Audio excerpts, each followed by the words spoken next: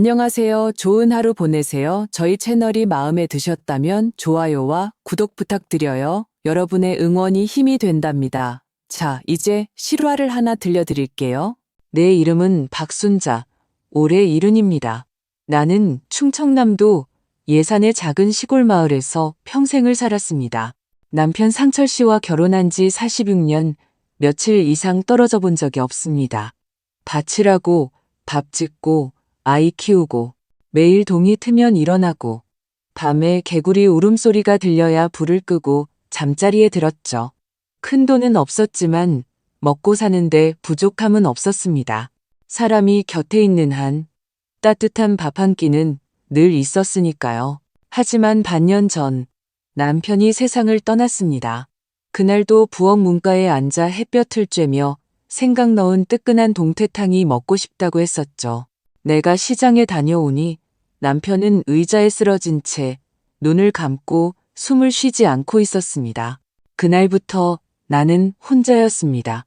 아궁이 불은 금방 식었고 솥뚜껑 여는 소리는 한 번 한 번 가벼워졌습니다. 물을 끓여놓고 차를 타는 걸 잊기 일쑤였고 밥을 다 해놓아도 같이 먹을 사람이 없었습니다. 온 집안이 사람이 사는 곳 같지 않게 조용했습니다. 마을 사람들이 경기도로 이사 가라고 권했습니다. 아들네가 다 도시에 있는데 뭐하러 이리 멀리 사느냐고요? 나는 아무 말도 하지 않았습니다. 내 나이에 외롭다는 세 글자를 입 밖으로 꺼내기가 어려웠거든요. 그러던 어느 날 밤 전화벨이 울렸습니다. 아들 성민이었습니다. 전화기 너머로 엄마, 계속 그렇게 계시면 안 돼요. 혼자 계시다 무슨 일이라도 생기면 어떡해요? 저희 집에 와서 한동안 지내세요. 네? 하고 말하더군요. 가슴이 철렁했습니다. 아들의 목소리가 잠시 메이는 그 순간 어릴 적 학교에서 처음 맞고 와서 내 무릎에 얼굴을 묻고 울던 모습이 떠올랐습니다. 나는 그럼하고 했습니다. 짐이라곤 두툼한 내복 2벌과 이불 한 채, 그리고 남편이 남긴 낡은 가죽 손가방이 전부였습니다. 성민이는 KTX역은 난방이 잘 되니 두껍게 입지 않아도 된다고 했습니다. KTX가 어떤 건지 잘 몰랐지만 아들 말을 들었죠. 집을 나서는 날 나는 푸른색 체크무늬 셔츠를 입었습니다. 단추가 낡아 금장이 살짝 벗겨져 있었죠. 거울을 한번 보고는 결국 카키색 블라우스로 갈아입었습니다. 성남에 도착하니 낮 12시 23분이었습니다. 역사는 인산인해를 이루었고 눈앞에 모든 사람이 마치 전쟁터로 달려가는 듯 바빠 보였습니다. 내가 여행 가방을 끌고 출구에 서 있는데 저편에서 성민이가 손을 흔들었습니다. 엄마, 큰 소리로 부르는 아들의 얼굴은 내 기억보다 훨씬 수척해져 있었습니다.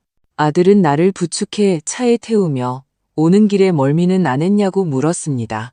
나는 고개를 저었지만 사실 약간 어지러웠습니다. 그저 아들을 걱정시키고 싶지 않았을 뿐입니다. 차가 시내로 들어서자 창밖으로 난생 처음 보는 풍경이 펼쳐졌습니다.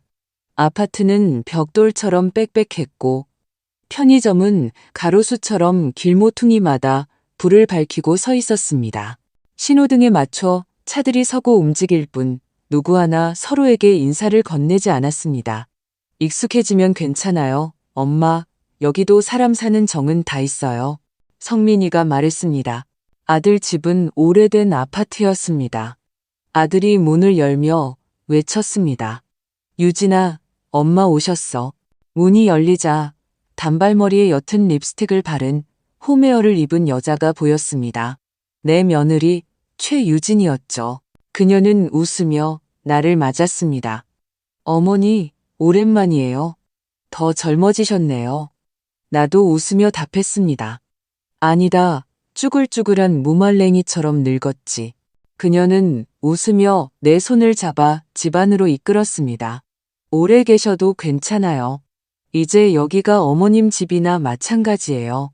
말은 그렇게 했지만 그녀의 눈빛은 마치 내가 자기 집 카펫을 잘못 밟을까 조심하는 듯 했습니다. 그녀는 나를 소파에 앉히고는 따뜻한 물 한 잔과 예쁘게 깎은 사과 한 접시를 내왔습니다. 요즘 날이 오락가락해서요. 물 많이 드세요, 어머님. 방은 잠시 후에 보여드릴게요. 나는 고개를 끄덕였습니다. 집은 아주 깔끔했습니다. 거실에는 손녀 미나가 그린 그림이 걸려 있었고, TV 옆에는 커다란 어항 속에서 형형색색의 열대어 몇 마리가 유유히 헤엄치고 있었습니다. 식탁 위에는 컵 3개가 놓여 있었습니다. 유리컵 2개와 스테인리스 컵 1개. 나는 그 스테인리스 컵이 내 것임을 직감했습니다. 어머니, 방은 저쪽 부엌 옆이에요. 조금 작긴 해도 겨울에 볕이 잘 들어요. 이만하면 과분하지. 그녀는 고개를 끄덕이며 아주 적절하게 미소 지었습니다. 하지만 그 미소는 마치 창문의 블라인드를 반쯤 내린 것처럼 빛은 보이지만 온기는 느껴지지 않았습니다. 내가 가방을 들고 방으로 향하자 그녀가 뒤따라오며 내 발치에 놓인 짐을 힐끗 보았습니다. 나는 그녀가 나지막이 숨을 들이쉬는 소리를 들었습니다.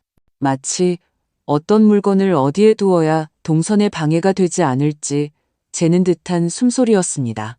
어머니, 베개는 가져오셨어요? 그녀가 물었습니다. 쓰던 게 편해서 내가 답했습니다. 아, 잘하셨어요. 그럼 따로 준비 안 해도 되겠네요. 말은 참 부드럽게 했지만 내 마음 한구석이 서늘해졌습니다. 예전에 시어머니가 우리 집에 오시면 단 하루를 묵으시더라도 나는 새 베개와 갓반 이불을 내어드리곤 했는데 말입니다. 나는 바닥에 나무문의 장판을 내려다보며 문득 발바닥이 시리다고 느꼈습니다. 내 방은 크지 않았습니다. 싱글 침대 하나, 낡은 책상 하나, 그리고 나무 옷장이 전부였습니다. 옷장문은 누렇게 발해 있었고 표면에는 미나의 성장일기라는 스티커가 붙어 있었습니다. 쓴웃음이 났습니다. 이 옷장은 필시 예전에 미나가 쓰던 것이었겠죠. 방구석에는 잡동사니가 든 상자 2개가 쌓여 있고 그 위에는 여행 가방까지 놓여 있었습니다. 이것들 좀 치워야 하지 않겠니? 내가 묻자 며느리는 서둘러 손사래를 쳤습니다. 아니에요, 아니에요. 저희 엄마가 지난번에 오셨을 때 두고 가신 거예요. 어차피 걸리적거리지도 않아요. 나는 고개를 끄덕이고 짐을 내려놓았습니다. 걸레를 찾아 책상을 닦으려 하자 그녀가 쏜살같이 와서 걸레를 빼앗아 들었습니다. 어머니, 쉬세요. 제가 이따 닦을게요. 나는 물러나 그녀가 조심스럽게 걸레를 짜는 모습을 지켜보았습니다. 손놀림이 아주 깔끔하고 능숙했습니다. 나는 어쩔 수 없이 침대 가장자리에 다시 앉았습니다. 그녀는 정말 빨리 닦았지만 다 닦고 나서도 나를 움직이게 하지 않았습니다. 대신 몸을 돌려 밖으로 나가며 출출하실 테니 뭐라도 좀 차려드리겠다고 했습니다. 나는 원래 손녀의 것이었을 그 방에 앉아 있었습니다. 귓가에는 부엌에서 들려오는 칼질 소리와 밥솥에서 새어나오는 김 소리가 들렸습니다. 마음이 갑자기 둘 곳을 잃은 듯 했습니다. 예산집에 있을 때 부엌은 나의 왕국이었습니다. 남편조차 내 음식 솜씨는 최고라고 했었죠. 내가 찐토란 시루떡은 이장님도 좋아하셨습니다. 하지만 지금 나는 의자 하나를 옮기는 것조차 스스로 결정할 수 없었습니다. 며느리가 밥 먹으라고 불렀을 때 방을 나서자마자 식탁 위에 놓인 반찬 2가지와 흰죽 1그릇, 그리고 간장으로 살짝 묻힌 청경채 나물이 보였습니다. 어머니, 우선 이것부터 드세요. 점심부터 기름진 거 드시면 소화 안 되실까 봐요. 나는 고개를 끄덕였습니다. 그래, 담백한 게 좋지. 그녀가 또 웃으며 말했습니다. 어머님 오셨으니 저희도 덩달아 건강식 하게 됐네요. 식사 중에 미나가 학원에서 돌아왔습니다. 책가방을 맨 채 문을 들어서자마자 나를 보고는 신나서 달려와 품에 안겼습니다. 할머니, 그 한마디가 내 마음을 따뜻하게 했습니다. 나는 얼른 아이를 끌어다 앉혔습니다. 우리 강아지 할머니 보고 싶었어? 아이는 눈을 반짝이며 고개를 끄덕였습니다. 네, 할머니가 끓여주신 소고기 묵국이 제일 맛있어요. 내가 움찔하며 입을 열기도 전에 며느리가 웃으며 말했습니다. 미나야, 이제 우리 담백하게 먹을 거야. 할머니도 적응하셔야지. 미나는 입술을 삐죽이며 작은 소리로 중얼거렸습니다. 그럼 이제 할머니 오셨으니까 나 고기 못 먹는 거야? 그 말이 가슴에 콕 박혔지만 나는 아무 말도 하지 않고 아이의 밥그릇에 나무란 젓가락을 집어주었습니다. 그날 저녁 식사는 밍밍한 물처럼 아무 맛도 느껴지지 않았습니다. 음식이 맛없어서가 아니라 내 마음이 갑자기 배고픔을 잃어버렸기 때문입니다. 밤에 씻고 나와 나는 침대 머리맡에서 가계부를 펼쳤습니다. 매달 얼마를 쓰고 누구에게 얼마를 주었는지 꼼꼼하게 적는 것이 내 오랜 습관이었습니다. 하지만 그날 밤 나는 아무것도 적지 않았습니다. 그저 침대에 앉아 벽시계가 똑딱거리는 소리를 계속 들었습니다. 마치 나를 대신해 무언가를 카운트다운하는 것 같았습니다. 얇은 벽 하나를 사이에 두고 며느리가 아들에게 말하는 소리가 들렸습니다. 어머니, 생각보다 정정하시네. 너무 걱정 안 해도 되겠어. 성민이는 말이 없었습니다. 그녀가 다시 말했습니다. 우리도 사는 거 팍팍하잖아. 몇 달 계시는 건 괜찮지만 장기적으로는 생각해봐야 해. 나는 조용히 가계불을 덮고 불을 껐습니다. 눈앞이 캄캄해졌습니다. 나는 처음으로 이런 느낌을 받았습니다. 가족에게 의지하러 온 것이 아니라 황혼역에 잠시 들른 손님이 된 기분이었습니다. 아들 집에 온 첫 주. 나는 매일 6시면 눈이 떠졌습니다. 나이가 드니 잠이 뜨는 시간과 묶여버린 모양입니다. 해가 뜨기 전에 일어나 살금살금 방을 나와 빗자루와 걸레를 들고 거실부터 베란다까지 청소했습니다. 집안은 어항 속 물소리까지 들릴 정도로 고요했습니다. 하지만 내가 막 걸레질을 끝냈을 때 유진이가 잠옷 차림으로 방에서 나왔습니다. 머리에는 분홍색 대형 헤어핀을 꽂고 있었죠. 그녀는 나를 한번 쳐다보더니 무심하게 말했습니다. 어머니, 또 아침부터 청소하세요? 내가 웃으며 말했습니다. 가만히 있는 것보다 낫지. 이게 버릇이라. 그녀는 칫솔을 입에 물고 웅얼거리며 말했습니다. 앞으로 이런 자잘한 일은 저희 젊은 사람들이 할게요. 어머니는 그냥 요양하러 오셨다고 생각하세요. 나는 고개를 끄덕이며 알겠다고 했지만 속으로는 분명히 알고 있었습니다. 그녀는 내가 힘든 게 두려운 게 아니라 내가 자기 물건에 손대는 것이 싫은 것입니다. 부엌은 그녀의 영역이었습니다. 첫날부터 그녀는 말했습니다. 어머니, 부엌 일은 신경 쓰지 마세요. 동선이 제가 익숙해서요.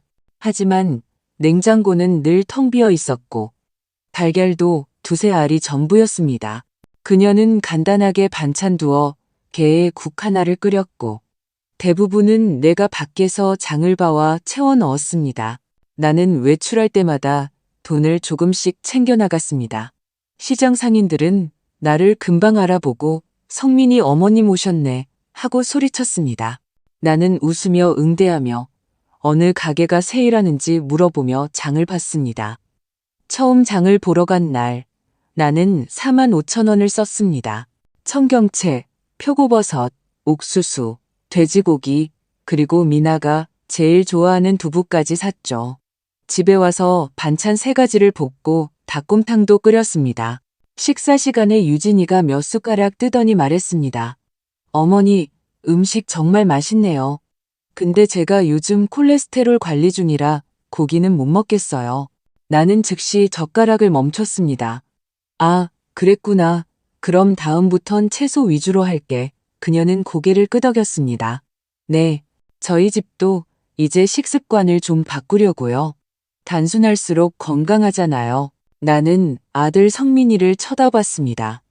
그는 아무 말 없이 고개를 숙인 채 나물만 먹고 있었습니다.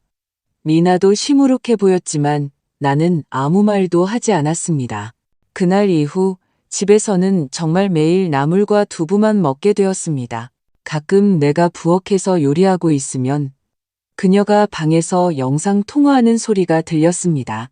시어머니가 이제 장도 봐주시고 알아서 요리도 해주신다니까? 완전 편해. 목소리는 자랑스러워 보였지만 나는 그녀가 가사도움이라는 단어를 말할 때의 뉘앙스를 알아챌 수 있었습니다. 그녀는 언제나 깍듯했습니다. 말투는 논리정연했고 미소는 가면처럼 완벽했습니다. 내가 창문을 닦으려고 하면 이따 미나 아빠 시킬게요 라고 말했습니다. 사실 그 창문은 사흘 동안 아무도 손대지 않았습니다. 내가 빨래를 하려고 하면 어머니 쉬세요. 세탁기 쓰다 고장나면 어떡해요 라고 말했습니다. 그녀는 감사합니다 라는 말을 아주 적절하게 사용했지만 정작 자신의 진정한 영역에는 나를 절대 접근시키지 않았습니다. 한 번은 미나에게 탕을 좀 끓여주려고 압력솥을 꺼내자 그녀가 말했습니다. 어머니, 이 솥은 다루기 좀 어려워요. 혹시 터지기라도 하면 놀라실까 봐요. 나는 어쩔 수 없이 물러나 썰어둔 연근을 다시 냉장고에 넣었습니다. 매일 저녁 식사 때마다 그녀는 내 밥을 먼저 퍼주며 다정하게 물었습니다. 어머니, 입맛에 맞으세요? 나는 고개를 끄덕였습니다. 괜찮아. 사실 밥솥에는 흰쌀밥뿐 고구마 한 조각 들어있지 않았습니다. 내가 소파에 앉아 그녀가 스마트폰을 만지작거리는 모습을 보고 있으면 미나는 그 옆에 찰싹 붙어 있었습니다. 내가 대화에 끼어들고 싶어도 끼어들 틈이 없다는 것을 문득 깨달았습니다. 식사 후 내가 설거지를 하려고 하면 그녀는 어머니, 오늘 고생하셨어요. 제가 이따 할게요. 라고 말했습니다. 하지만 30분이 지나도 그릇들은 싱크대에 그대로 담겨 있었습니다. 나는 그 그릇들을 보며 마치 나 자신을 보는 것 같았습니다. 밍밍한 물에 담겨 부서지지도 녹지도 않고 그저 천천히 낡아가는 모습이었습니다. 그날 밤 방으로 돌아와 나는 서랍에서 가계부를 꺼냈습니다. 새 페이지를 넘겨 적었습니다. 10월 3일, 장보기 38,000원, 저녁, 돼지고기 양파볶음, 청경채볶음, 무국, 며느리왈. 어머니, 너무 애쓰지 마세요. 다 쓰고 나서 한숨을 쉬었습니다. 사람은 참 이상합니다. 자기 집에서는 온종일 바빠도 피곤한 줄 모르는데 남의 집에서는 가만히 앉아만 있어도 괜히 눈치가 보입니다. 나는 그들 집에 살고 그들 집 밥을 먹었지만 부엌의 칼 한 자루조차 내 것이 아니었습니다. 그날 저녁 식사 후 나는 거실에서 미나와 함께 어릴 적 사진첩을 보고 있었습니다. 미나가 돌 때 뒷마당에서 물놀이하던 사진이 나왔습니다. 통통한 엉덩이가 그대로 드러나 있었죠. 내가 웃으며 말했습니다. 이거 기억난다. 할머니가 그때 옷을 3번이나 갈아입혔지.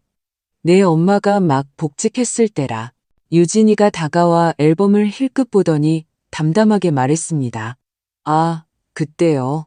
시어머니랑 같이 사는 생활에 적응하던 때였죠. 그녀는 무심하게 말했지만 그 말투에는 아무런 감정이 실려 있지 않았습니다. 나는 그것이 추억담이 아니라 은근한 계산이라는 것을 알아차렸습니다. 나는 대꾸하지 않고 앨범을 덮었습니다. 마음이 무겁게 가라앉았습니다. 그 일이 계속 생각났습니다. 10여 년 전 미나가 태어나기도 전에 성민이가 독감으로 고열에 시달린 적이 있었습니다. 끙끙 앓으며 누워있는 아들을 위해 나는 생강과 흑설탕을 넣고 진하게 물을 끓여 큰 사발에 담아 방으로 갔습니다. 아들에게 마시게 하려던 참이었죠. 방문 앞에 막 도착했을 때 유진이가 방에서 뛰쳐나와 내 손에서 그릇을 받아들었습니다. 그녀는 그릇을 받으며 말했습니다. 어머니, 이러지 마세요. 제가 못 챙기는 사람도 아니고요. 나는 순간 멍해졌습니다. 내가 제 엄마야. 아픈 애를 보니 마음이 아파서 그러지. 그녀는 미간을 찌푸리며 말했습니다. 어머니는 성민 씨를 너무 애 취급하세요. 이제 결혼한 사람인데 어떤 일은 좀 놓아주셔야죠. 나도 순간 화가 치밀었습니다. 그럼 밤새라면 하나 끓여주는 게 챙기는 거니? 그 말을 듣자 그녀의 얼굴색이 싹 변했습니다. 그러니까 어머니는 절 계속 무시하셨던 거죠?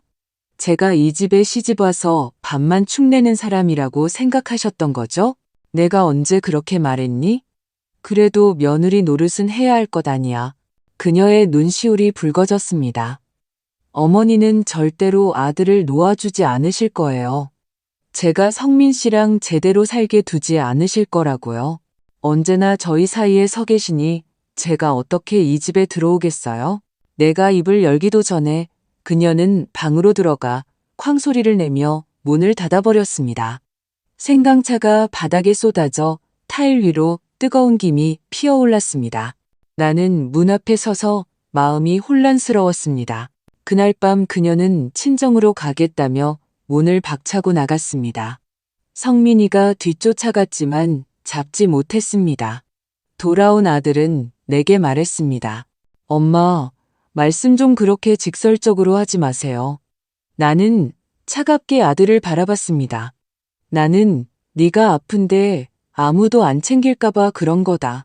알아요. 아들은 한숨을 쉬었습니다. 하지만 유진이는 엄마랑 다른 사람이에요. 다음 날 아침 남편 상철 씨가 오토바이를 타고 가서 그녀를 데려왔습니다. 돌아왔을 때도 그녀의 얼굴은 굳어 있었고 부엌에 들어와서도 한마디도 하지 않았습니다. 남편이 나중에 내게 조용히 말했습니다. 우리 집에 문 박차고 나간 사람은 없었어. 이번엔 자네들 다 양보를 안 해서 그래. 그럼 제가 언제까지 참아야 하나요? 내가 묻자 남편은 내 어깨를 두드리며 말했습니다. 순자야, 조금만 참아. 우리 가정을 위해서 여자가 시집와서 사는 게 힘든 법이야. 우리가 어른이니 참을 수 있으면 참아야지. 나는 더 이상 말하지 않았습니다. 고개를 숙여 채소를 씻는데 물방울이 소매를 흠뻑 적셨습니다. 그 이후로 집에서는 다시 싸우지 않았습니다. 하지만 나는 알았습니다. 그날 밤 이후로 많은 것이 변했다는 것을. 그녀는 예의 바르게 말하는 법을 배웠고 명절에는 신용을 했지만 눈빛에서는 정이 사라졌습니다. 그녀는 나를 어머니라고 불렀지만 나는 늘 그녀가 한 사람을 부르는 것이 아니라 하나의 신분을 부르고 있다고 느꼈습니다. 그리고 지금 나는 그녀의 집 소파에 앉아 그녀가 미나에게 사과를 깎아주는 모습을 보고 있습니다. 그녀는 조심해, 칼날이 날카로워라며 다정하게 말합니다. 나는 문득 깨달았습니다. 그녀는 사실 몇 년 동안 나를 진심으로 용서하지 않았다는 것을. 아마도 그녀는 내가 늙고 힘이 없어지기를 기다렸을 겁니다. 내가 그녀의 집에 들어와 사는 것이 그녀가 이 집의 며느리이자 안주인이며 성민이의 유일한 사람이라는 것을 증명하는 순간이 되기를 기다렸던 것입니다. 나는 자리에서 일어나 물 한 잔 마셔야겠다고 말했습니다. 그녀가 즉시 일어났습니다. 어머니, 제가 갖다 드릴게요. 앉아 계세요. 나는 웃었습니다. 나 아직 노인네 아니야. 물 한 잔 따르다 넘어지진 않아. 그녀도 웃었습니다. 이쪽 정수기가 물이 막 튀어서요. 익숙하지 않으실까 봐요. 나는 고개를 끄덕이며 아무 말도 하지 않았습니다. 문득 10여 년 전 그녀가 했던 말이 떠올랐습니다. 제가 성민 씨랑 제대로 살게 두지 않으실 거라고요. 지금 생각해보니 그 말에도 일리가 있었습니다. 하지만 그녀는 잊었습니다. 나는 그녀의 아들을 빼앗으려 한 것이 아니라 그저 아들이 잘 되기를 바랐을 뿐이라는 것을. 하지만 그녀는 단 한 번도 생각해보지 않았습니다. 그때의 나 역시 못된 시어머니가 아니라 그저 자신의 청춘을 보내고 가장 아끼는 자식을 떠나보낸 한 어머니였다는 것을. 아들 집에 들어온 지 57일째. 나는 오늘이 무슨 요일인지 헷갈리기 시작했습니다. 매일이 비슷했습니다. 6시 기상, 7시 걸레질, 8시 물 끓이기, 10시 전 장 보러 나가기, 점심, 낮잠, 저녁 준비. 저녁에는 미나 숙제 봐주기, TV 보기, 설거지, 취침. 사람이 나이가 들면 날짜는 바닥 타일처럼 한 칸 한 칸 깔리는 것 같습니다. 언뜻 보면 평평하지만 자세히 보면 틈이 있습니다. 부엌은 여전히 그녀의 것이었습니다. 내가 매일 장을 보러 나갔지만 냄비는 어떻게 쓰고 기름은 얼마나 넣고 어떤 조미료는 쓰면 안 되는지가 그녀가 냉장고에 붙여놓은 작은 메모지에 전부 적혀 있었습니다.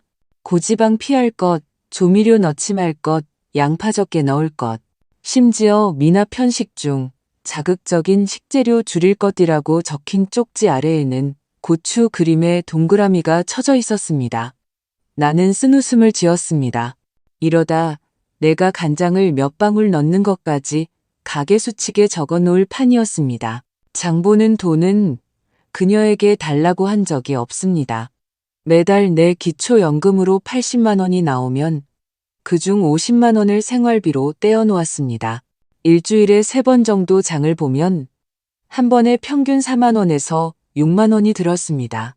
5달 동안 내가 보탠 식비만 해도 150만 원이 넘었습니다. 돈이 아까워서가 아니었습니다. 내가 남의 집에 사는 늙은 친척이라 할지라도 고맙습니다. 한마디는 해야 하는 것 아닌가 하는 생각이 들었습니다. 어느 날 아침 시장에서 돼지고기 등심과 새우젓을 좀 샀습니다. 미나에게 만두를 빚어주기 위해서였습니다. 미나가 저번에 같은 반친구 엄마가 빚어준 당근 새우만두를 먹어보고 싶다고 했거든요. 내가 돌아와 재료를 다지고 있을 때 유진이가 과일을 깎으며 말했습니다. 어머니, 그 새우젓 좀 비릴 것 같아요. 미나가 요즘 입안이 헐어서 의사 선생님이 해산물은 먹지 말라고 하셨어요. 나는 하고 말하며 손을 잠시 멈췄습니다. 그리고 새우젓을 다시 냉장고에 넣었습니다. 그녀는 웃으며 말을 이었습니다. 괜찮아요. 다음에 표고버섯 좀 많이 사오세요. 그걸로 채소만두 빚어도 되잖아요. 건강하고 친환경적이고요. 나는 고개를 숙여 계속 고기를 다졌습니다. 만두소에서 아무 맛도 느껴지지 않는 것 같았습니다. 결국 새우젓은 사흘 만에 그녀가 몰래 버렸고 돼지고기는 내가 장조림을 만들었습니다. 하지만 그녀는 한 젓가락 맛만 보고는 대부분을 버리면서 미나가 기름진 건 안 먹어요 라고 말했습니다. 나는 미나를 보았습니다. 사실 아이는 젓가락으로 고기 2점을 맛있게 집어먹고 있었지만 눈은 슬쩍 엄마 쪽을 쳐다보고 있었습니다. 나는 못 본 척했습니다. 식탁에는 늘 채소가 넘쳐났습니다. 배추볶음, 고구마순볶음, 시금치나물, 가끔 두부 한 조각이나 브로콜리 몇 개가 더해지면 특별식 취급을 받았습니다. 그 무렵 나는 속이 더부룩해지기 시작했고 밤에 잘 때도 배에서 소리가 났습니다. 가끔은 예산 시골집에서 혼자 키운 쑥갓으로도 향긋하게 볶아 먹던 때를 떠올리지 않을 수 없었습니다. 지금은 냉장고 가득한 푸른 채소들이 마치 살아있는 외로움처럼 느껴졌습니다. 어느 날 저녁 성민이가 구글한 숟가락 뜨더니 젓가락을 내려놓으며 말했습니다. 요즘 통 입맛이 없네. 유진이가 즉시 받았습니다. 당신 위 안 좋잖아요.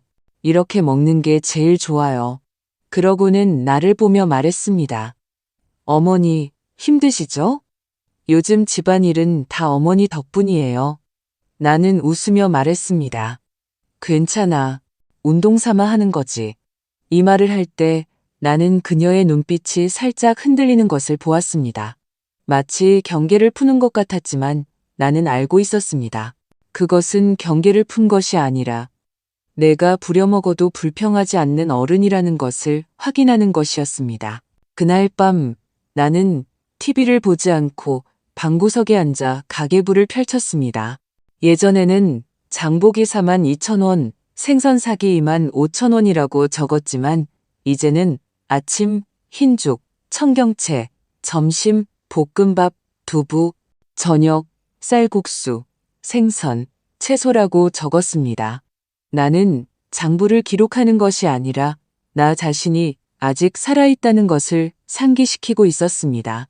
소모되고 있는 것이 아니라 한 번 적을 때마다 나는 오늘 하루를 헛되이 살지 않았다고 스스로에게 말하는 것 같았습니다. 그날 아침 방문을 열자마자 공기 중에 평소와 다른 냄새가 떠다녔습니다. 늘 맡던 냄비 속 채소가 끓는 냄새가 아니었습니다. 고기 냄새였습니다. 그리고 은은한 청주 향도 났습니다. 내가 부엌으로 가보니 유진이가 주걱을 들고 무언가를 볶고 있었습니다. 냄비에서는 진한 흰 연기가 피어오르고 있었고 통통한 닭다리가 노릇하게 익어가고 있었습니다. 냄비 옆에는 이미 붉게 변한 큰 새우 몇 마리가 놓여 있었습니다. 어머니, 일어나셨어요? 그녀는 유난히 달콤하게 웃었습니다. 오늘 좀 일찍 준비했어요. 저희 엄마가 이따 오시거든요.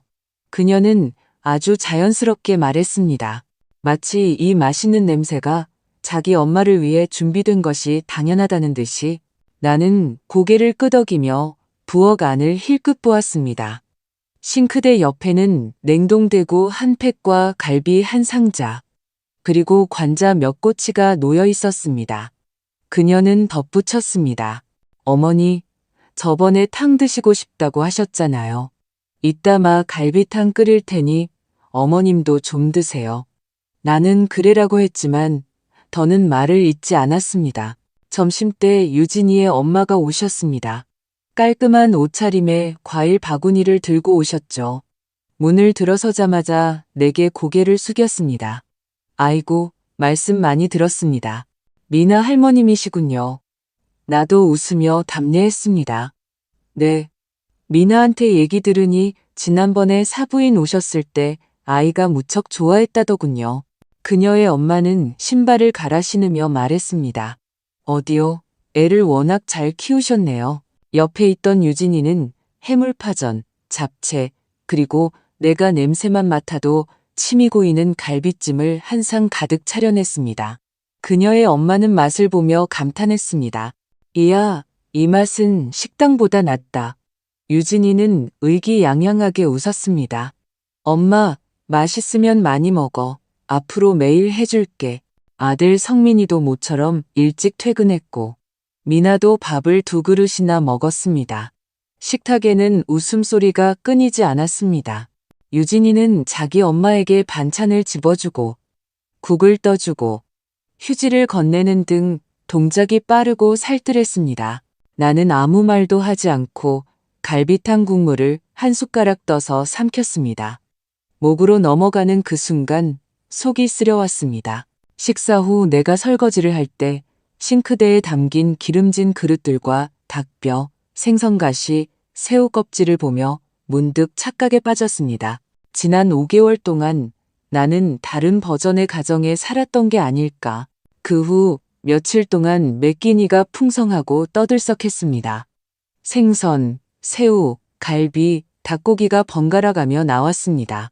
심지어 고구마 순 볶음에도 마늘 기름 향이 더해졌습니다. 나는 콜레스테롤이 높고 담백하게 먹어야 하며 기름진 것과 해산물을 싫어한다던 유진이가 대체 누구였는지 의심하기 시작했습니다. 더 신경 쓰이는 것은 그녀가 자기 엄마를 대하는 눈빛이었습니다. 따뜻하고 살뜰하고 친밀한 그런 눈빛. 나는 내가 그런 눈빛을 받아본 적이 있었는지 기억나지 않았습니다. 그녀는 단 한 번도 나를 위해 그렇게 국을 떠주거나 어머니, 뭐 좋아하세요? 다음에 해드릴게요 라고 물어본 적이 없었습니다. 나는 그녀와 그녀의 엄마가 소파에 앉아 나누는 대화를 지켜보았습니다. 이웃집 누가 안마의자를 샀다더라, 누가 손자를 데리고 온천에 갔다더라 하는 이야기였습니다. 유진이는 며느리나 아내가 아닌 딸처럼 웃고 있었습니다. 그녀의 엄마가 말했습니다. 너 요즘 안색이 참 좋다. 내가 와서 특히 더 기쁜가 보네. 유진이가 답했습니다. 당연하지. 엄마가 오니까 꼭 내 집 같아. 그 말이 바늘처럼 내 귀에 와서 밝혔습니다. 내 집 같다. 그렇다면 그녀가 평소에 살던 이 집은 그녀의 내 집이 아니었던 것입니다. 그럼 나는 베란다에서 빨래를 거두며 성남의 하늘을 주황색으로 물들이는 석양을 바라보았습니다. 귓가에는 여전히 부엌에서 들려오는 유진이의 웃음소리가 맴돌았습니다. 가슴이 답답해졌습니다. 알고 보니 지난 몇 달간 매일 채식을 한 것은 누가 콜레스테롤을 걱정해서도 아니고 건강을 생각해서도 아니었습니다. 내가 여기에 있었기 때문이었습니다. 나는 그들의 일부가 아니었습니다. 나는 이 집에 사는 노인이었습니다. 밤에 잠들기 전 나는 가계부를 펼쳐 빈 페이지에 몇 글자를 적었습니다. 오늘 갈비찜, 잡채, 해물파전, 마갈비탕, 유진, 엄마 온 첫날. 나는 천천히 썼지만 다 쓰고 나서도 손가락이 미세하게 떨렸습니다. 이 저녁 식사는 너무나도 향기로웠습니다. 그 향기 때문에 문득 집에 가고 싶어졌습니다. 이 아파트가 아니라 내 진짜 집. 남편이 있고 흙냄새가 나고 가끔은 나를 위해 끓여진 진짜 소고기, 묵국 한 그릇이 있는 곳으로. 그날 저녁 식탁은 여전히 떠들썩했습니다. 장어구이, 후추새우, 소고기 묵국에 디저트로 푸딩까지 나왔습니다. 유진이는 자기 엄마에게 음식을 집어주며 웃으며 말했습니다. 엄마, 모처럼 오셨으니 많이 드세요. 다음에 언제 또 볼지 모르잖아요. 나는 구석에 앉아 아주 천천히 먹었습니다.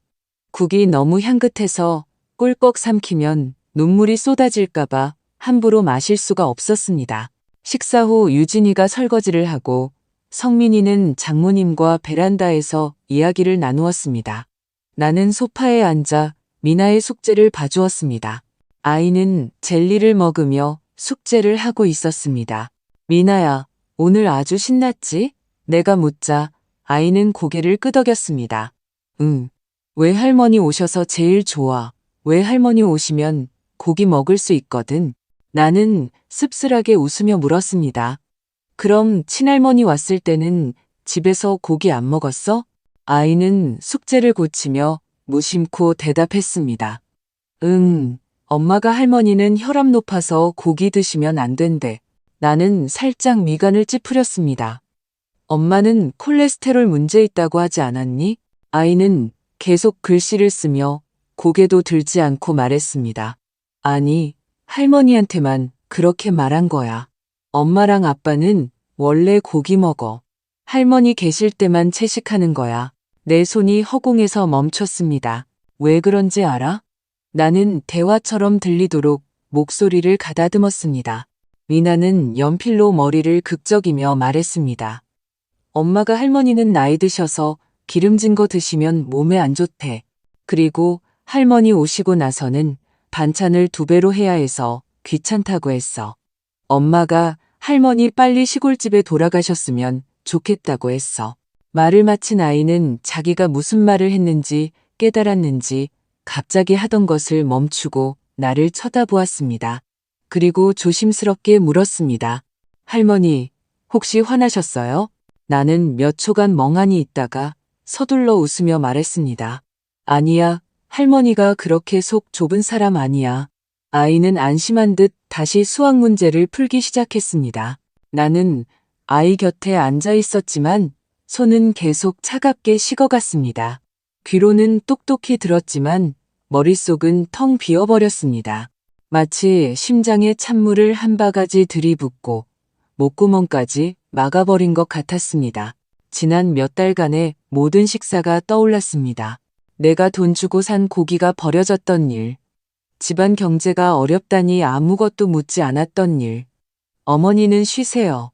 아무것도 하지 마세요라는 말을 들었던 일, 이 모든 것이 나를 위한 배려가 아니라 나를 처리하기 위한 과정이었음을 깨달았습니다. 나는 집에 사는 것이 아니라 모두가 내가 떠나기를 기다리는 공간에 기거하고 있었습니다. 미나는 계속 무언가 말했지만 나는 더 이상 들을 수 없었습니다. 아이는 분홍색 펜으로 할머니는 제일 다정해요. 같이 놀아주셔서 감사해요라고 쓰고 있었습니다. 나는 아이의 순진한 얼굴을 보았지만 마음은 조금도 따뜻해지지 않았습니다. 이 아이에게는 아기가 없었습니다. 그저 엄마가 매일 하는 말을 들었을 뿐입니다. 그저 그 말을 반복했을 뿐입니다. 나는 아이의 머리를 쓰다듬으며 말했습니다. 미나야, 착하다. 이제 씻으러 가. 할머니가 책상 정리할게. 아이가 욕실로 달려간 후 나는 텅 빈 거실에 혼자 앉아 있었습니다. 조명은 밝았지만 온 집이 춥게 느껴졌습니다. 부엌의 그릇들은 깨끗이 씻겨 있었고 환풍기는 뚝뚝 소리를 내고 있었습니다. 내가 냉장고를 열자 방금 사온 소고기와 돼지갈비, 생새우가 정가운데 놓여 있었습니다. 그 위에는 포스트잇이 붙어 있었습니다. 내일 샤브샤브. 나는 생각에 잠겼다가 그 포스트잇을 떼어내 가늘게 접어 손바닥 안에서 굴렸습니다. 밤에 유진이가 웃으며 내 방문을 두드렸습니다. 어머니, 내일 저희랑 같이 백화점 가실래요? 나는 고개를 끄덕였습니다. 그래. 그녀가 또 말했습니다. 저희 엄마가 이번에 오실 때 뭘 많이 가져오셔서요. 냉장고에 자리가 없을 것 같아요. 내일 부엌 정리 좀 부탁드려도 될까요? 나는 계속 고개를 끄덕였습니다. 알겠다. 내일 좀 일찍 일어날게. 그녀는 만족스러운 듯 웃었습니다. 역시 어머니가 제일 마음이 넓으세요. 그녀가 떠난 후 나는 바로 문을 닫지 않았습니다. 대신 뒤돌아 가정수칙이 붙어있는 냉장고 문을 바라보았습니다. 미나가 했던 말이 떠올랐습니다. 엄마가 할머니 빨리 시골집에 돌아가셨으면 좋겠다고 했어. 나는 침대에 누워 떼어낸 포스트잇을 손에 쥐고 계속 비볐습니다. 그것이 부드러워지고 구겨지고 아무 의미 없어질 때까지 나는 마침내 깨달았습니다. 그들은 내게 마음을 쓸 여유가 없었던 게 아니라 마음을 쓸 의지가 없었던 것입니다. 이 순간부터 나는 더 이상 바보같이 그들을 위해 돈을 아끼고 장을 보고 이해하는 척하지 않을 것입니다. 그들은 내가 떠나기를 기다렸지만 나는 더 적절한 시기를 기다렸다가 떠날 것입니다. 이번에는 단순히 짐을 싸는 것이 아니라 이 모든 빚을 천천히 청산할 것입니다. 그날 밤 나는 한숨도 자지 못했습니다. 미나의 몇 마디 말이 가시처럼 심장에 박혀 몸을 뒤척일 때마다 아팠습니다. 동이 트기 전에 나는 일어나 옷을 입고 침대 밑에 있던 플라스틱 상자를 꺼냈습니다. 그 안에는 내 통장과 신분증, 그리고 낡은 가계부가 들어 있었습니다. 나는 스탠드를 켜고 첫 페이지를 펼쳐 한 줄 한 줄 대조하며 적기 시작했습니다. 첫째, 5월 3일 시장 장보기 38,000원. 둘째, 5월 7일 야시장 장보기 고구마순, 표고버섯, 새우젓 44,000원. 셋째, 5월 13일 마트 미나 필통, 지우개, 간식 31,500원. 나는 아주 꼼꼼하게 적었습니다. 심지어 교통비, 소소한 간식비까지 모두 기억해냈습니다. 원래는 그저 생활을 기록하기 위함이었지만 이제 이것은 내가 이 집에서 희생한 증거가 되었습니다. 나는 한 장 한 장 넘겨보았습니다. 6월 지출 48만 5천 원, 7월 64만 원, 8월 59만 2천 원, 9월 72만 원, 그리고 10월 초에 아직 정리하지 못한 자잘한 비용까지 합치면 보수적으로 잡아도 지난 몇 달간 내가 최소 320만 원 이상을 썼습니다. 더 기가 막힌 것은 이 돈 중에 유진이가 단돈 10원이라도 보태준 적이 없다는 사실이었습니다. 내가 세탁세제를 사면 그녀는 마침 다 떨어졌다고 했습니다. 내가 건전지를 사면 아직 사러 갈 시간이 없었다고 했습니다. 내가 미나의 학원 등록금을 내주면 어머니 우선 좀 내주세요. 제가 다음 주에 드릴게요. 라고 말했습니다. 하지만 그 다음 주는 영원히 오지 않았습니다. 나는 펜을 내려놓았습니다. 마음이 얼음장처럼 차가워졌습니다. 예전에 남편과 어렵게 살 때 우리는 1,000원 한 장을 쪼개 썼습니다. 그렇게 아끼고 아꼈던 것은 늙어서 자식에게 손 벌리지 않기 위해서였습니다.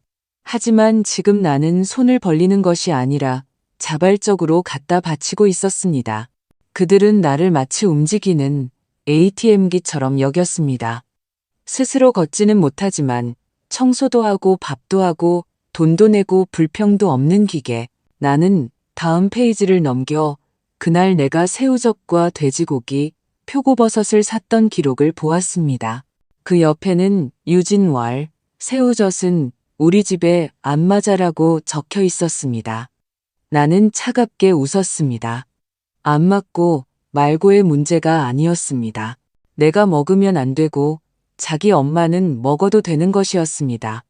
향이 좋고 나쁘고의 문제가 아니라 내가 쓴 돈이 그만한 자격이 있느냐의 문제였습니다. 나는 갈비탕 한 그릇의 가치도 없는 사람이었던 것입니다. 햇살이 비쳐들 때 나는 가계부를 챙겨 넣고 신분증과 땅 문서를 가방에 쑤셔 넣었습니다. 아침 식사 때 나는 일부러 입을 열었습니다. 유진아, 내가 예산에 한번 다녀와야 할 것 같다. 거기 땅도 좀 정리해야 할 것 같고 그냥 묵혀두기도 아깝고. 그녀는 두유를 저으며 물었습니다. 갑자기 왜 돌아가시려고요? 나는 웃으며 말했습니다. 그냥 문득 시골집 일도 좀 정리해야 할 것 같아서. 나도 이제 나이가 많잖아. 그녀는 젓가락질을 멈췄습니다. 눈빛이 살짝 흔들렸습니다. 어머니, 별 생각 마세요. 여기 계시면 저희가 당연히 모셔야죠. 땅이니 뭐니 하는 건 나중에 생각하세요. 나는 계속 웃었습니다. 아이고, 다시 들어가 살겠다는 게 아니라 채소라도 좀 심을 수 있을까 해서 생활비에 보탬이 될까 하고. 그녀는 잠시 멈칫하더니 말했습니다. 아니면 제가 한번 같이 다녀올까요? 나는 일부러 답했습니다. 아니다, 너는 바쁘잖니. 내가 성민이한테 말해서 걔가 차로 한번 데려다 주면 되지. 그녀는 더 이상 아무 말도 하지 않았습니다. 그저 웃으며 네, 어머니 편하신 대로 하세요라고 말할 뿐이었습니다. 나는 그녀가 남은 빵을 입에 우겨 넣는 모습을 보며 속으로 생각했습니다. 이제 초조해지기 시작했지? 그래야지. 내가 떠밀려 나가는 게 아니라 내 발로 나가는 거란 걸 알려줘야지. 그것도 아주 명확하고 분명하게. 그리고 내가 너희에게 얹혀 사는 게 아니라 너희가 나 덕분에 돈을 아끼고 있다는 것도 알려줘야지. 이번에는 더 이상 흐리멍덩하게 굴지 않을 것입니다. 나는 나 자신을 그들의 예산 목록에서 빼내어 내 자신의 삶으로 되돌려 놓을 것입니다. 나는 조카 민준이에게 연락했습니다. 주말에 성민이가 출근하고 유진이가 미나를 학원에 데려다준 틈을 타 나 혼자 KTX를 타고 오랜만에 고향 집으로 향했습니다. 역에서 내리는 순간 공기 중에 익숙한 풀내음이 가득했습니다. 달콤하지는 않았지만 눈물이 날 만큼 깨끗한 냄새였습니다. 역에서 마을버스를 타고 집으로 가는 길, 논과 밭, 수로와 닭장, 작은 사당까지 모든 것이 나를 기다리고 있었습니다. 오랜만에 낡은 철문에 열쇠를 꽂고 철컥 소리와 함께 문을 열자 내 마음도 함께 풀렸습니다. 집에는 먼지가 쌓여 있었지만 낯선 냄새는 나지 않았습니다. 탁자 위에는 내가 떠나기 전에 챙기지 못한 보온병이 그대로 있었습니다. 병뚜껑에는 남편의 이름 김상철이 적힌 이름표가 붙어 있었습니다. 우리가 결혼하던 해에 직접 쓴 것이었죠. 나는 집을 좀 정리하고 옷을 갈아입은 뒤 간식 한 봉지를 들고 이웃 김 여사 댁으로 갔습니다. 그녀는 마당에서 콩을 말리고 있다가 나를 보고 눈이 동그래졌습니다. 순자 씨. 아이고, 이게 몇 년 만이야. 나는 웃으며 봉지를 건넸습니다. 언니는 어쩜 그대로네. 나는 도시에서 숨 막혀 죽는 줄 알았어. 오늘 일부러 바람 쐬러 왔지. 우리는 그녀의 부엌에 앉았습니다. 화로에는 숯불이 타고 있었고 주전자에서는 보이차가 김을 내며 끓고 있었습니다. 그녀는 내가 차를 두 잔 마시는 것을 보더니 물었습니다. 무슨 일 있지? 나는 잠시 망설이다가 결국 입을 열었습니다. 내가 지난 몇 달간 성민이네 집에가 있었어. 그녀의 눈이 빛났습니다. 아들네가 성남에 집 샀다며? 모시러 갔구나. 잘 됐네. 나는 고개를 저으며 지난 반년 동안 있었던 일을 하나하나 털어놓았습니다. 부엌에 붙어 있던 쪽지 이야기, 담백한 식단 이야기, 미나가 했던 엄마가 할머니 빨리 돌아가셨으면 좋겠대라는 말 이야기, 내가 장을 보고 가스비를 내고 학용품까지 사주면서도 아무렇지 않은 척해야 했던 이야기까지. 이야기를 다 듣고 나서 그녀는 잠시 침묵하더니 책상을 탁 쳤습니다. 그 집에서 식모살이했네. 나는 웃지 않고 그저 찻잔만 만지작거렸습니다.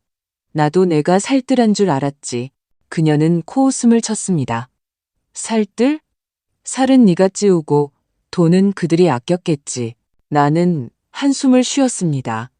내가 언니한테 할 말이 있어서 왔어. 그녀는 목소리를 낮췄습니다. 내 사촌 동생이 법무사 사무실에서 일해.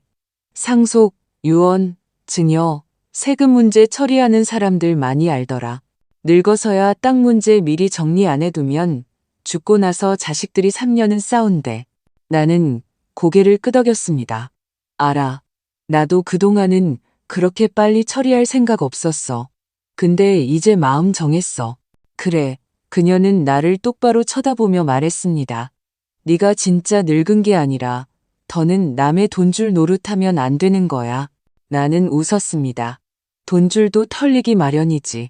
나는 카드도 안 줬는데 알아서 갖다 바쳤으니. 그녀는 사촌동생의 명함을 내게 건네주었습니다. 그냥 김 여사 소개로 왔다고 해. 사람 솔직하고 일 처리도 빠르고 믿을만해. 나는 명함을 주머니에 넣으며 웃으며 고개를 끄덕였습니다. 언니, 고마워. 그녀는 내 손등을 두드리며 말했습니다. 우리 같은 여자들은 자기 목 하나 안 남겨두면 마지막엔 빈손만 남아. 떠나기 전에 그녀는 말린 두부 한 봉지를 내게 쥐어주었습니다. 며느리가 고기 못 먹게 한다며? 그럼 이거나 실컷 씹어. 스스로 맛을 찾아야지. 나는 집으로 걸어오면서 손에는 그 두부 봉지를 들고 있었지만 머릿속에서는 조각들이 하나하나 맞춰지고 있었습니다. 예전에는 아들이 철없고 며느리가 성격이 못됐다고 생각했습니다. 이제 나는 마침내 알았습니다. 내가 먼저 내 뿌리를 단단히 박아야 한다는 것을. 땅은 내가 처리할 것입니다. 유언장도 내가 쓸 것입니다. 나는 그들에게 보여줄 것입니다. 이 시대의 할머니는 쫓겨나 시골집으로 돌아가길 기다리는 그런 사람이 아니라는 것을. 나는 내 몫을 남겨두고 스스로 주인이 될 것입니다. 성남으로 돌아왔을 때 마침 비가 조금 내리고 있었습니다.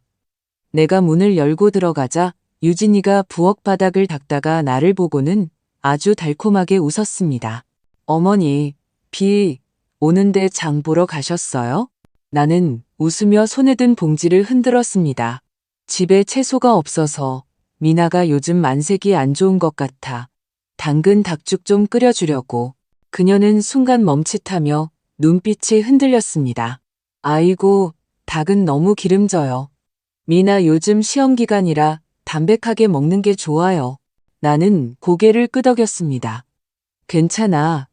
기름기 조금은 있어야 애가 기운을 차리지. 나는 채소를 내려놓고 아무 일도 없었다는 듯이 씻고 썰고 탕을 끓였습니다. 그녀는 부엌 문가에 서서 한참을 지켜보다가 천천히 자기 방으로 돌아갔습니다.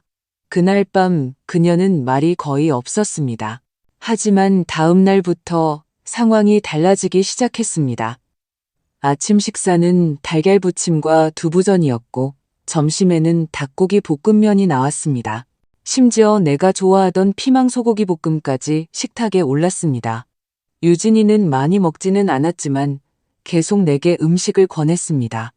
어머니, 이거 좋아하시잖아요. 많이 드세요. 나는 웃으며 고개를 끄덕였지만 속마음은 이미 뒤집혀 있었습니다. 식사 후 나는 아무렇지 않게 말했습니다. 어제 시골집에 갔더니 옆 동네 개발업체에서 전화가 왔더라. 거기 땅 혹시 처분할 생각 없냐고. 무슨 전원주택 단지를 짓는다나 봐. 그녀의 눈이 확연히 빛났습니다. 어머니, 정말이에요? 어느 땅이요? 우리 집 뒤쪽 땅이에요? 나는 고개를 저었습니다. 아니, 동쪽의 연못 근처에 있는 땅, 평평해서 괜찮아 보이더라. 그녀가 즉시 물었습니다.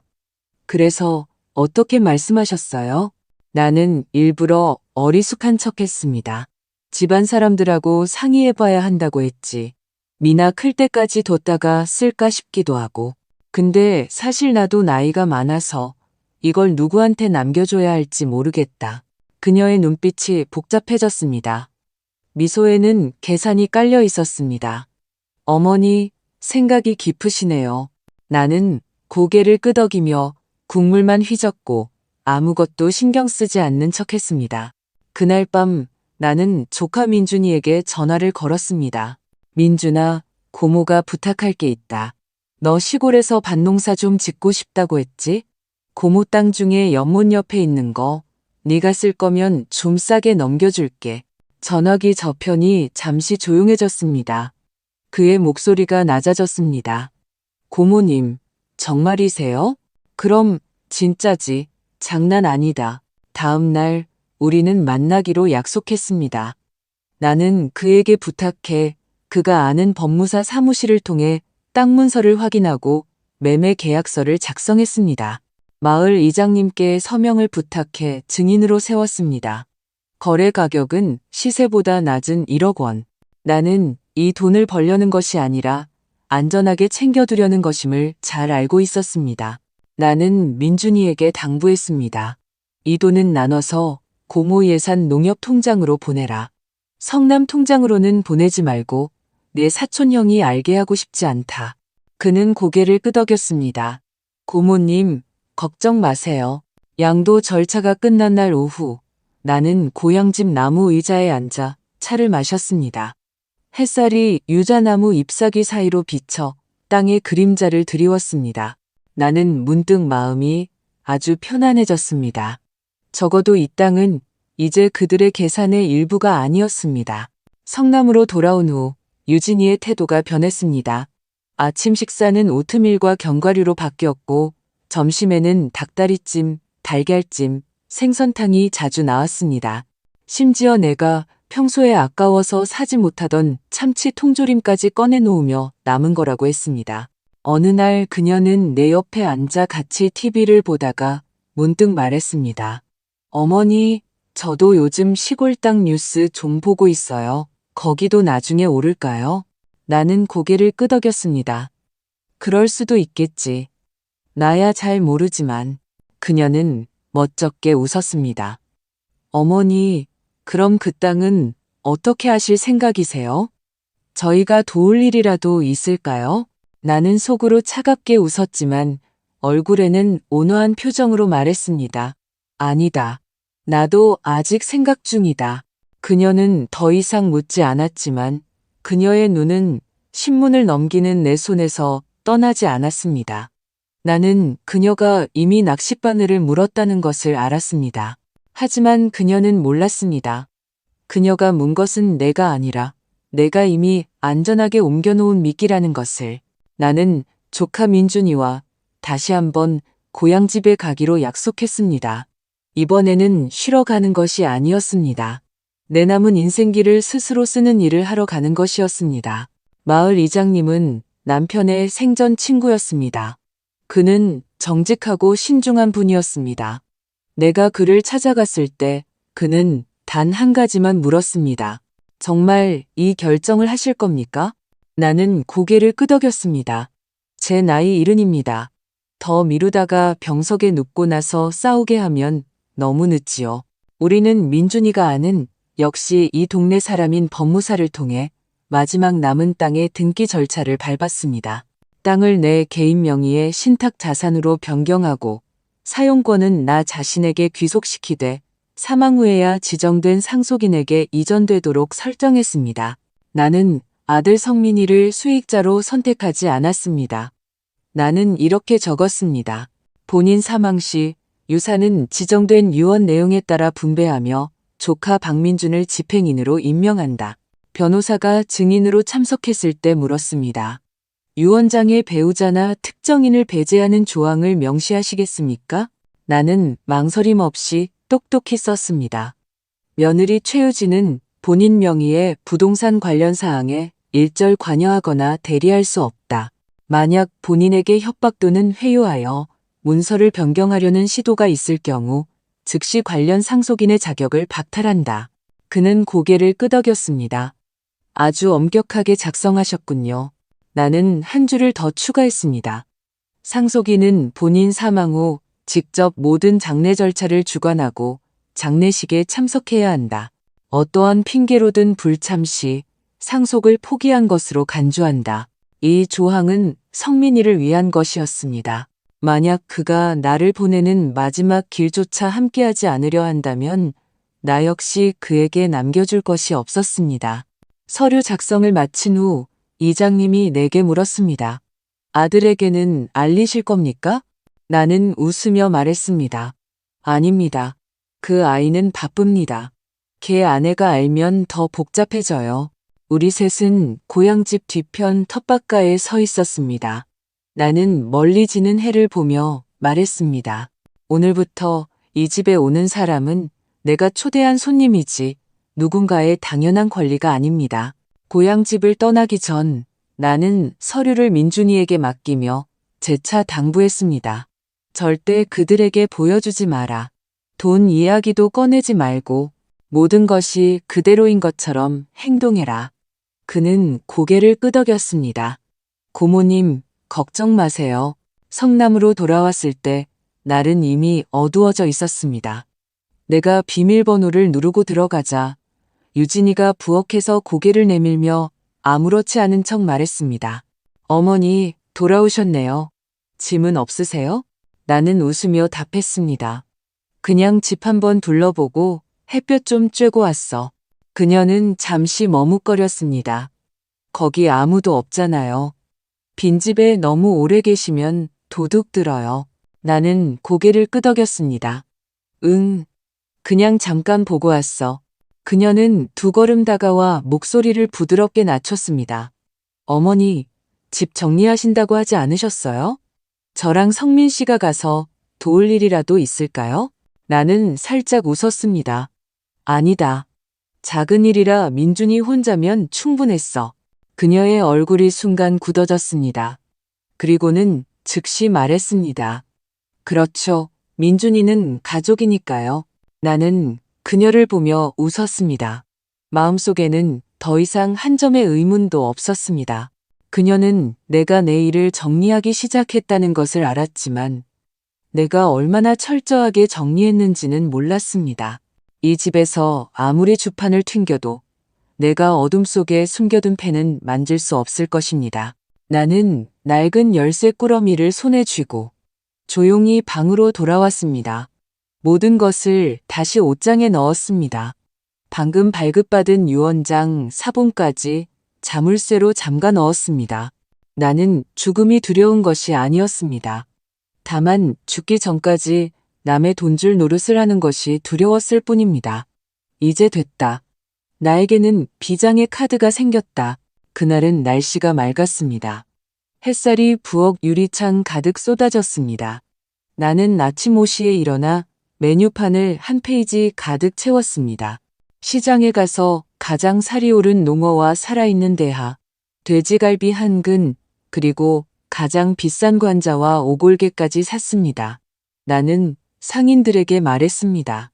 오늘 손녀 생일이라 한 상 거하게 차릴 거요. 그들은 손녀딸이 복이 많네. 할머니가 저렇게 챙겨주시니라고 말했습니다. 나는 웃으며 답했습니다.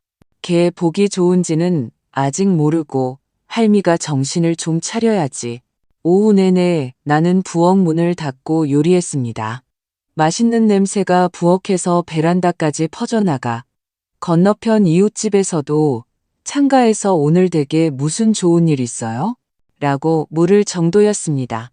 저녁이 되자 식탁에는 총 10가지 요리가 차려졌습니다.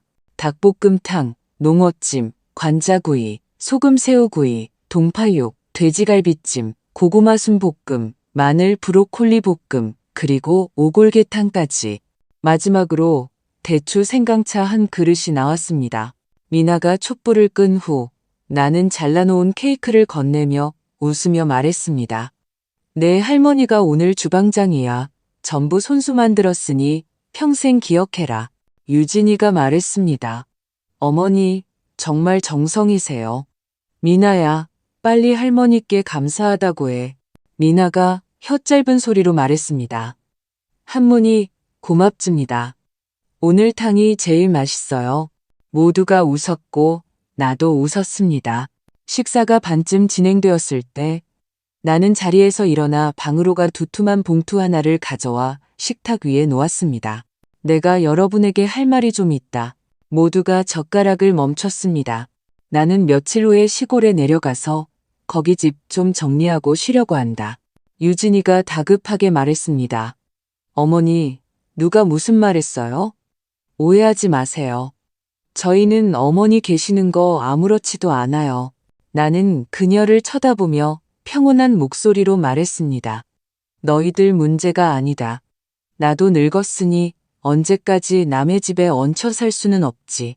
그녀는 미간을 찌푸렸습니다. 어머니는 가족이라고 하지 않으셨어요? 나는 그녀의 말을 잘랐습니다. 그래서 나도 내 쪽 집안일은 내가 책임져야 할 의무가 있다. 나는 봉투를 그녀 앞으로 밀었습니다. 이 봉투 안에는 두 가지가 들어있다. 하나는 지난 반년 동안 내가 너희 집에서 생활하며 쓴 지출 명세서고 다른 하나는 내가 쓴 편지다. 그녀가 손을 뻗어 봉투를 잡으려 하자 내가 말했습니다. 천천히들 봐라. 나한테 답할 필요는 없다. 편지에 내가 하고 싶은 말이 다 들어있다. 나는 자리에서 일어나 옆에 걸어두었던 앞치마를 벗어 천천히 텄습니다. 성민이가 나를 불렀습니다. 엄마, 나는 잠시 멈춰서서 그를 바라보며 말했습니다. 나는 내 마음속에서는 엄마지만 내 아내 마음속에서는 그저 후원자일 뿐이다. 그는 고개를 숙이고 더 이상 말을 잇지 못했습니다. 미나가 달려와 나를 안았습니다. 할머니, 정말 집에 가실 거예요? 할머니 안 갔으면 좋겠어요. 나는 아이의 머리를 쓰다듬었습니다. 할머니도 가고 싶지 않아. 하지만 사람은 늙으면 먼저 자기 집으로 돌아가야 하는 법이란다. 나는 아이의 순진한 눈을 보며 나지막이 말했습니다. 너는 나중에 알게 될 거야. 어떤 말들은 자신도 모르게 진심을 드러낸다는 것을. 저녁 식사가 끝난 후 나는 방으로 돌아와 짐을 싸기 시작했습니다. 얇은 이불 한 채, 외투, 2벌, 수놓은 꽃이 난 켤레, 그리고 그 가계부와 유언장 사본이 전부였습니다.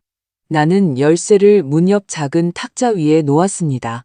그 옆에는 쪽지를 하나 끼워두었습니다. 몇 글자 적혀 있었습니다. 집은 정으로 사는 곳이지 남이 며칠 더 머무는 걸 계산하는 곳이 아니다. 나는 뒤돌아보지 않았습니다. 고향 집에 돌아왔을 때 마당에는 잡초가 무성했고 울타리 한쪽이 쓰러져 있었습니다. 뒷벽 시멘트는 일부 벗겨져 있었고 지붕 귀퉁이에서는 비가 새는 듯 했습니다. 하지만 나는 서두르지 않았습니다. 먼저 차를 한 주전자 끓여 남편이 생전에 가장 좋아하던 대나무 의자에 앉아 밤새 바람 소리를 들었습니다. 다음 날 아침 나는 그 수놓은 꽃신을 신고 밀짚 모자를 쓰고 밭으로 나가 잡초를 뽑고 땅을 갈아 채소를 심었습니다. 먼저 상추, 쑥갓, 고추를 심고 가장자리에는 로젤 2그루를 심었습니다. 붉은 꽃이 아주 보기 좋았습니다. 나는 더 이상 삼첩 반상을 차리느라 애쓰지 않았습니다. 식탁이 영양 균형을 맞췄는지도 신경 쓰지 않았습니다.